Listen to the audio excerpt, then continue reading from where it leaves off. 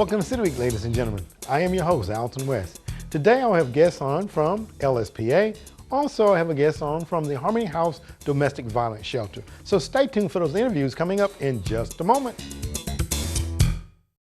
We voted! I voted. I voted. My mommy voted. I voted. I voted. I voted. I voted. My daddy voted. We voted. I voted. Have you voted? I'm Lee Threadgill with the City of LaGrange, asking you to please vote for Bark for Your Park. You can vote twice a day, once at petsafe.net and once on Facebook. And please tell everybody you know, friends and family, to vote too. Please vote! You can vote too. I voted.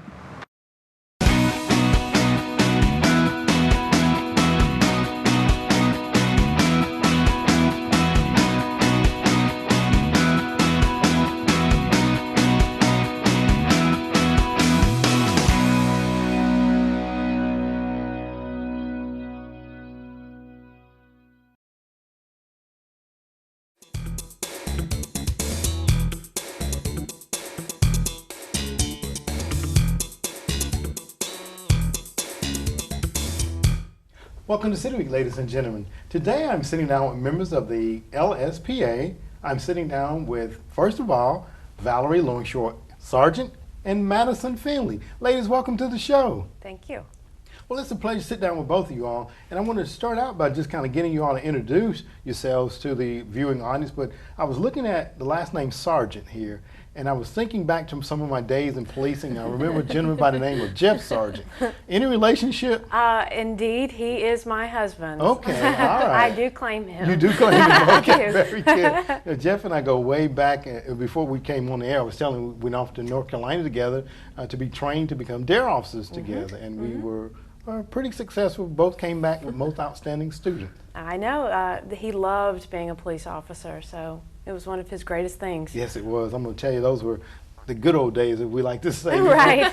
People still had a little bit more respect for police officers, I think, at that time. And we did a lot of community policing and policing. People really, like I said, we got the job done. Right. Got the job done. Well, Valerie, you're here today to talk a little bit about some things that are happening down at the LSPA. But before we get into talking about that, other than you being the wife of Jeff Sargent, tell us a little bit about yourself, if you don't mind. Well, I am born and raised in LaGrange. Lived here all my life, but I teach at Harris County High School. Still live here, but teach there. I've been there for 10 years. Graduated from LaGrange College. Just really a supporter of the community here. Okay, well, very good. And Madison, I understand that you are playing a very vital role in the play that we're going to talk about coming up here. Tell us a little bit about yourself, if you don't mind. I'm a senior at Harris County High School. I'm one of Miss Longshore's students. I've been doing theater with LSPA for about 3 to 4 years. I've been choreographing for about 4, and yeah, I'm born and raised in Harris County. Okay, well, very good. Welcome to the City of LaGrange, then. Thank you. Now, there's a lot of things I've understand that have been taking place at the LSPA over the summer, and I think you were telling me there was a 2-week camp, Annie show that was taking place a couple of weeks ago. That is Talk correct. a bit about that for us. We have a lot of great things happening at the LSPA. We just finished last week. We billed it as an Annie camp, and it was a 2-week intensive to where the children age 7 through 15 came, and from 10 to 4 every day they had a rehearsal. And then last Friday we had not 1, not 2, but 3 sold out shows. The community was very, very supportive and just came out in droves to support these young performers. Absolutely. Let me ask you, Madison, being perhaps not much older than some of those 7 to 15-year-olds, how does that make you feel? You see that many students come out during the summer, give up, maybe going to the pool or various things. How does that make you feel? Well, I grew up in 2-week summer camps. That's how I originally got started in theater. So being able to give back and being on the other side and not being a performer in the 2-week summer camps, but actually being able to be a teacher and help those kids learn and experience theater, I think it was a really good giving back moment. So some of those times where I got to step back and just kind of watch them see the joy that I felt whenever I was first doing 2-week summer camps, I think that was it was really rewarding. Absolutely. You know, again, to be able to have things for the kids to be involved in positively, to keep them off the streets, as we see so many times during the summer, and they still need to continue to learn during the summer, as you well know as a teacher, and it doesn't stop there, right? That's correct. Absolutely. You know, there's a play that you all are getting ready to put on too, that is titled "Hands on a Hard Body." Hands on a hard body. Hands on a hard body. And I'll start with, it's not what you think. Okay, that's why I hesitated there a little bit. Okay. The premise of the show is based off a real life event, an actual contest that they used to hold in Texas, and they've started to hold around the world really. But the contestants go and they literally put their hand on the truck, and whoever can hold out the longest wins the truck. Okay. So that is the premise of the show. That you learn that in about the first 2 minutes of the show, and then it just builds from there. Okay. All right. Hands on a hard body. I can get it out now. Right. Okay. Now I know we're talking about a truck here. Now let me ask you, because I remember seeing commercials where people are doing this, trying to whoever leaves a hand on the car at the longest point in time actually win the truck. To choreograph something around that, Madison, talk about that for us if you don't mind. It's definitely it's like nothing I've ever done before. It's definitely been a challenge, but it's been a good one. With a truck, it's on casters, so it's not actually on the 4 wheels. So it's able to turn 360. So the choreography the truck is a character. I like to think it's the main character of the show. And everyone has to keep their hands on the truck, dance around the truck, and also turn the truck. So it's been a lovely challenge too. Now speaking of challenges, I understand that this is going to be held in the Black Box Theater, correct? That is correct. Was it a challenge to get this in, Valerie? Yes. I have some really supportive people at the LSPA. I couldn't do what I do without Ryan McWhorter specifically. I approached them several months ago to say, what do you think about doing a show that revolves around a truck? And our concern at first was just getting the truck on stage. Well, that tended to be the easier part of our challenge. We had to disassemble a little bit of the LSPA to actually get it in. And once it got in there, getting it up on the stage was the easy part. Okay. So yeah, but it's been a wonderful challenge, and now once it's in there, it is night and day different working with the truck than what we were working with. So. Well, very good. Now, and tell us, when is the show going to be taking place? I'm sure the audience is like, okay, we want to get out there and say, when is the show going to be taking place? We hope so, that they'll come out.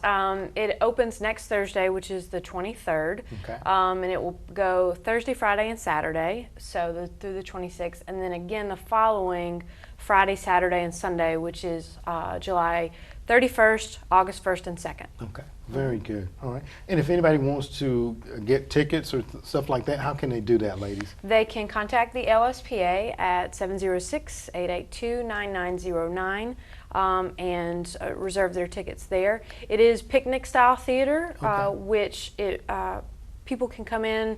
They can bring their dinners. They can bring any drinks and things like that. Okay. And it's a much more relaxed setting. And we've done that for the past couple of years, and it has been very successful. And so you can reserve a table with your friends or your family and just have a great evening. Okay, well, very good. Madison, I know that you're choreographing all of this.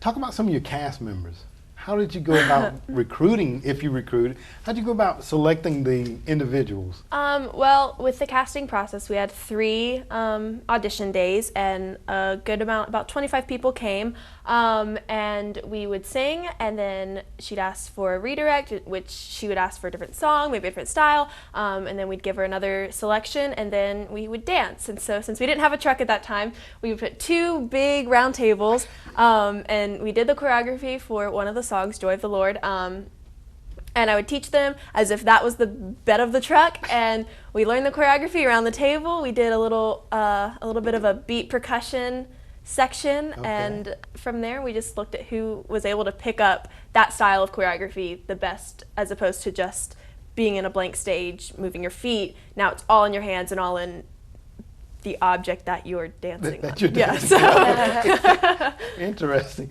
Now, how many members are in the actual play? there are 15 Okay. cast members. All right, 15 cast members. Very good. And I know that you say you had more that actually came out because everybody, I'm sure, is so enthused because you have a lot of energy. How do you utilize the ones that are not going to necessarily be in the play?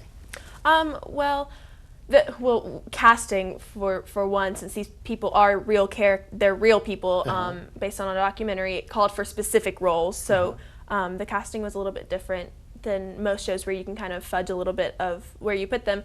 So if they weren't cast, they were able to volunteer. I know we have a stage manager, an assistant stage manager. People are coming to work backstage and are helping with lighting, and a lot of people volunteered to actually help get the truck in there and actually build the set and hang all of the signs. So there's been a lot of eager help. Well, very good. Sounds interesting. You know, to talk about disassembling a wall, bring a truck in, and then it's just kind of very good. Let me ask you, were there some kind of like some aha moments in the show, or were there some climax that, not to give away anything, were there some climaxes there that you can speak about? Definitely. I think for each character, or especially each contestant, which you see their song, you see their story. I always say that it's like a chorus line, but the Texas version, because they all want one thing, and then you go in and you see their stories and you figure out and you fall in love with those each characters.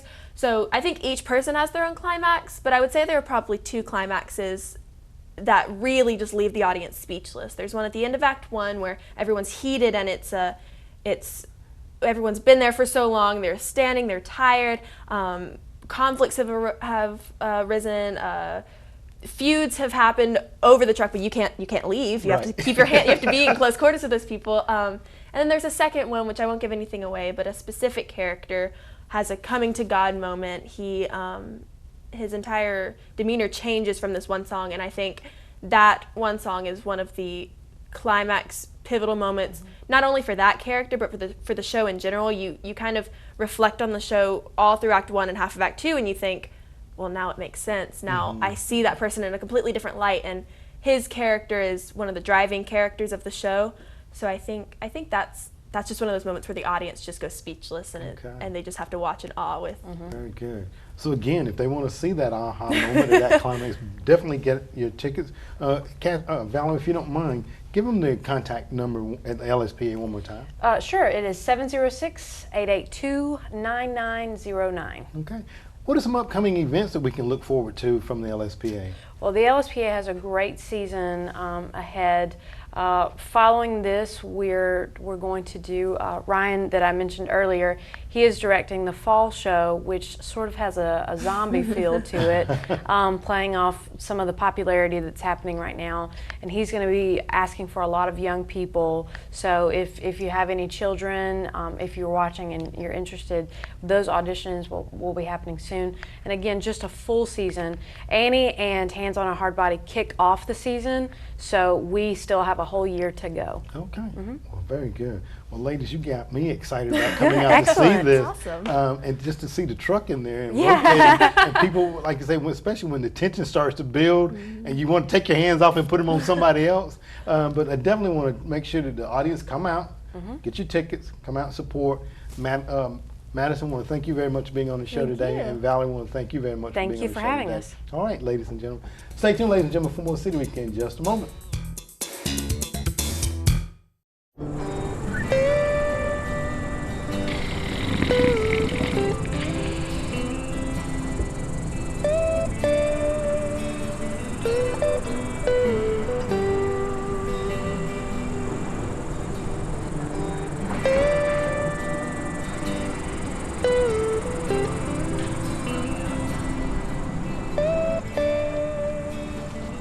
What is it, girl?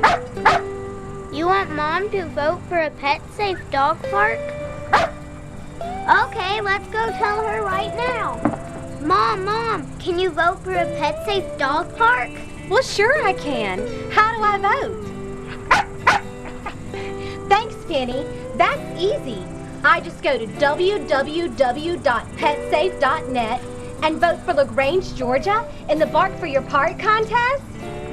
And I can vote every day on Facebook, too. I'll vote right now. Hey, what's all the ruckus? Penny wants a dog park, and we can give her one. You can vote every day, twice a day, on the PetSafe website and the PetSafe Facebook page. Hand me that thingamajig and I'll vote now too. Woo-hoo, doggy.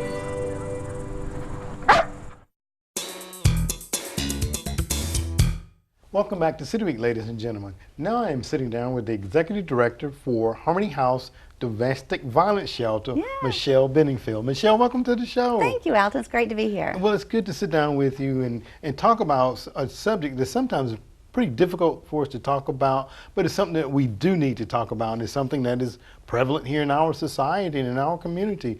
And I know that you're the lady that kind of hands-on know those things and know them firsthand. But Michelle, tell us a little bit about yourself, first of all, if you don't mind. I am the Executive Director of Harmony House. I've been there for 9 years, and Harmony House will be 10 years old this year. So I can tell you more about that later. Okay. Graduate from LaGrange College, and I graduated with early childhood education, but decided to go into the criminal justice field a little bit. Okay. Worked as a probation officer for quite a while. And then I went to work with First Choice Women's Center. That was my first nonprofit experience, to work with teenage moms. From there, I did some contract work with DFACS. Right. And here I am. I found that in all the careers, there's a string that connects them all. Yeah. And it doesn't discriminate against right. race and gender. You know, just tough times. Absolutely. You know, Michelle was saying that, as I'm sitting there listening to you, I think about the number of hats that I've worn over the course of my career, and that same string, I think, ties me into everything that I'm doing here today as well. Yeah. So, you know, it's just so, you know, an epiphany or whatever you want to say. It's like, whoa, man, okay. Right. Absolutely. Well, look, Harmony House. Yes. 9 years of age, will be 10 years in October this year. But let's just talk a little bit about some things that people, first of all, want to kind of clear up misconceptions. Misconceptions, that's a good one. Okay, let's start out there first of all. All right. Harmony House Domestic Violence Shelter is not, what are some of the things that it is not? It is not just a shelter. Okay. We are a program that offers sheltering. So sheltering is one component, and we have 2 staff dedicated to making sure the shelter runs right and to making sure the families that come in are taken care of. But we also have outreach. Okay. A lot of times women don't want to leave their home. It's not safe. The most dangerous time for an abusive relationship is when the women leave. So they don't want to leave, they can't leave, whatever reasons. So we have one person that's dedicated just to working outreach. Okay. And she goes from everything from going to court with them, to helping them with protective orders, to helping them just to change the locks on their doors, to support groups. So they don't have to come into the shelter to get our services. Okay. That's a big one. We have teen dating violence prevention information. So we can go out and provide information to teens on, are you in a healthy relationship? Most abusive relationships for women begin when they're 14, 15, 16 years old. Their first abusive relationship happens as a teen. Oh my. Yeah, and then that pattern continues into adulthood. So if we can break that as a teen and educate of, hey, wait, this isn't healthy. Right. I love that red shirt, and I have not worn that since, I guess, since we started dating. You know, or I like country music, and every time I turn that country music on, he makes me feel like I'm about this big for listening to that stupid country music. I've changed the music I listen to, I've changed the way I look. You know, I'm starting to recognize some stuff here that's not healthy. All to accommodate. All to accommodate and to keep that relationship going. And all along, it's not a healthy relationship to begin with. 14 years of age is the earliest that you see teen dating violence? That's when it really starts coming out. I mean, it may be before that, but at 14, they're starting to talk about it. Okay, okay. So we're doing a lot around teen dating violence. I have one staff person that works completely with education and prevention. And then we also work with sexual assault. 1 out of 4 women that are in an abusive relationship has also been sexually assaulted or raped by her partner. And it's usually an acquaintance or somebody she knows. So sexual assault ties very closely into what we're doing. So we have a sexual assault program. Oh my. Yeah. Something that is needed in our community. Let me ask you a question, because I know a lot of viewing members, audience may be asking that question. Why do you think people stay in a relationship like that, Michelle? It's hard to leave. And honestly, if you'd have told me when I did probation that I would understand it, I lied to you. I said, there ain't no way. I would, if a man hit me one time, accident or not, I'd be gone. And it's easy to say that because I have a healthy relationship. Right. You know, but when I look at these women and I see so many barriers to why they don't leave, there's the financial, there's the self-esteem. That's where they get attacked first, is their self-esteem. You're no good. You're, you know, you can't make it without me. The other side of that is I can't make it without you. It's that relationship that they have of, I came from nothing. And when I met you, you've made me this incredible man that I am. And I love you. And I love you more than life itself. And I can't live without you. So they make the female, or male in some situations, feel like that they can't survive without them. So they have to be there. And then when the abuse happens, it was an accident. I didn't mean to. I lost my temper, or they'll blame it on, you know, the victim. That had you not done this, this wouldn't have happened. Baby, you know, it just drives me crazy. You know, you look so hot and you look so pretty and you're so attractive. And when I go out with you, that guy that was looking at you, you know, I just couldn't help it. I just lost my temper. But you know, if you weren't so beautiful, this wouldn't have happened. So it's not like it just happens one day and they come home and beat the crap out of them. Right. I mean, it's a slow grooming. So they truly love them. I mean, I get that. They truly love these men that abuse them, and they want to stay there and help them. And you know, we're talking about, we're talking kind of focusing on like ladies, and you mentioned about men. I did. Sometimes, I catch myself. Right, and sometimes men are the victim of domestic violence as well. Absolutely. Talk about some of the services that you all offer men. We offer the same services for men. We don't actually shelter them at the shelter itself, but we have alternate ways to shelter them. So everything we do for the women, we're going to do for the men. We helped 9 men last year in 2014, and we've already helped 3 this year.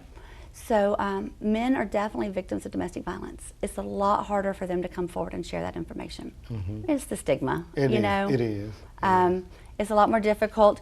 A lot of times for the men, you know, it's physical. She hits them, she punches on them. Right. But it's a lot of emotional, and it's a lot of verbal. The beat down in front of their friends, the cut downs. No one deserves to be treated that way. Absolutely. Now let me ask you, a lady or someone that enters your program, what's the probably a minimum stay, or what's an average stay time for them? For the shelter itself, we bring them in with the idea of a 30 days. Okay. Now, I will tell you, very seldom do we have to enforce that. The 30 days is, we bring them in with that. As long as they want to work towards their goals that they set for themselves, we're going to continue to help them. Because if I knew that I had to leave my house and I could only go stay at a shelter for 30 days, where am I going to go after that? Right. It's going to be tough to leave. So we want them to stay with us as long as it's going to take for them to become sustainable on their own, and empower them to move on to look for healthy relationships. Okay, well, very good. Now, and you know, we cleared up the misconceptions. Sometimes, you know, there may be situations that rise in our community that we just don't have those services here. And I know that you perhaps probably witness these gaps, as we will call them, on a daily basis. Talk a little bit about how do you think we need to fill some of those gaps, Michelle? Well, as I was talking, you know, my job and my careers in the past, there was a string between, you know, the criminal justice system, unplanned pregnancies, defects being involved. You know, there's a system there, and I think if we could cross-train agencies better on what each other's doing. I see a gap in mental illness. I think a lot of times that women that come to us have some type of mental illness. Not that they're crazy, not that they're dangerous.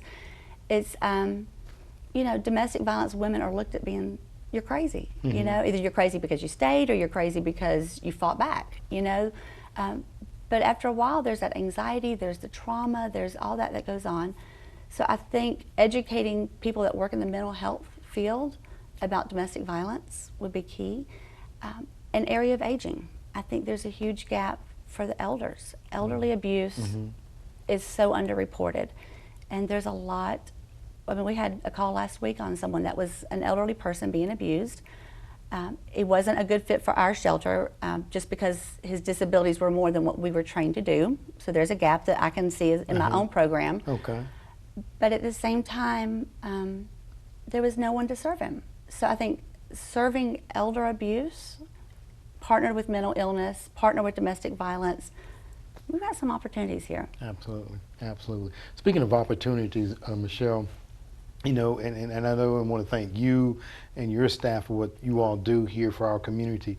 And I was going to lead in now to, if there's someone that's watching and they hear and they say, yeah, you know what, Michelle, you're absolutely right. They may have, you know, training in some of these areas that we're needing gaps filled.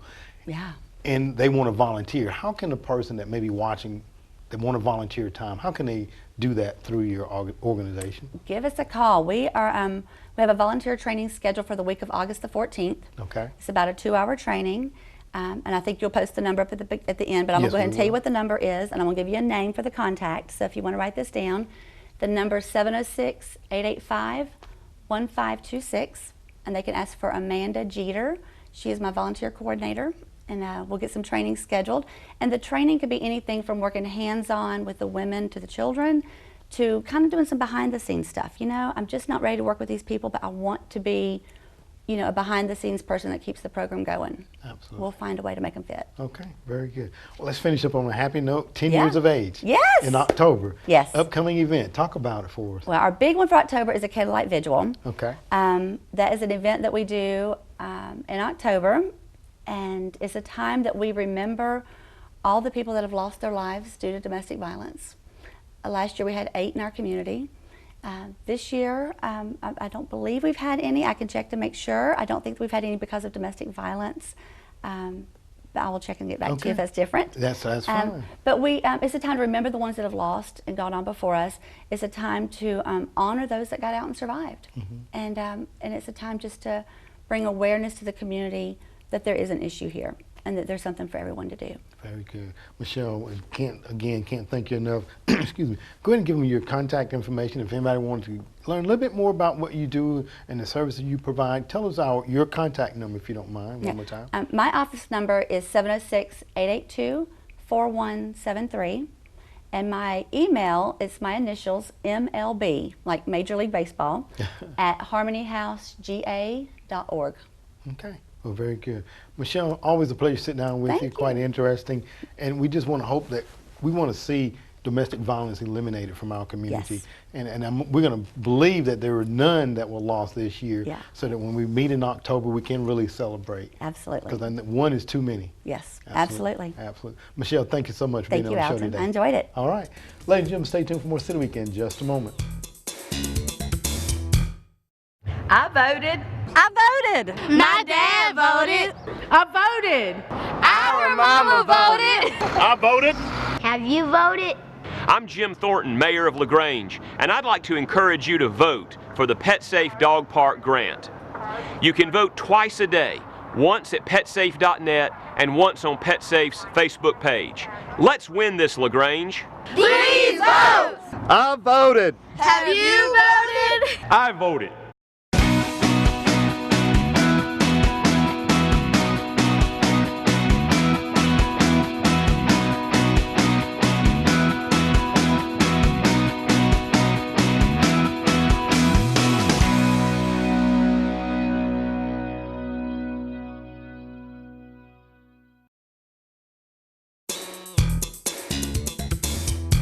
Ladies and gentlemen, thank you for joining us City Week this week. My guests have been from the LSPA, Valerie Longshore Sargent, along with Madison Finley. And they talked about the upcoming play, Hands on a Hard Body. Truck, that is. So make sure that you all go out and support the play. I'm sure you thoroughly enjoy it. Also, I had on the Executive Director for Harmony House, Michelle Benningfield, and she talked about the domestic violence and also some of the gaps that we see or that she sees here in our communities. Ladies and gentlemen, by all means, if you can volunteer some time with them, I'm sure she will greatly appreciate it. Ladies and gentlemen, I hope that you've enjoyed City Week this week. And as always, I want to invite you back for more of City Week. Why United Way? Because United Way of West Georgia helps support 25 local organizations. Organizations that make life better for all of us. Yes, 25. There's no easier way to help so many of your neighbors through a single donation. When you give to United Way of West Georgia, you help a lot.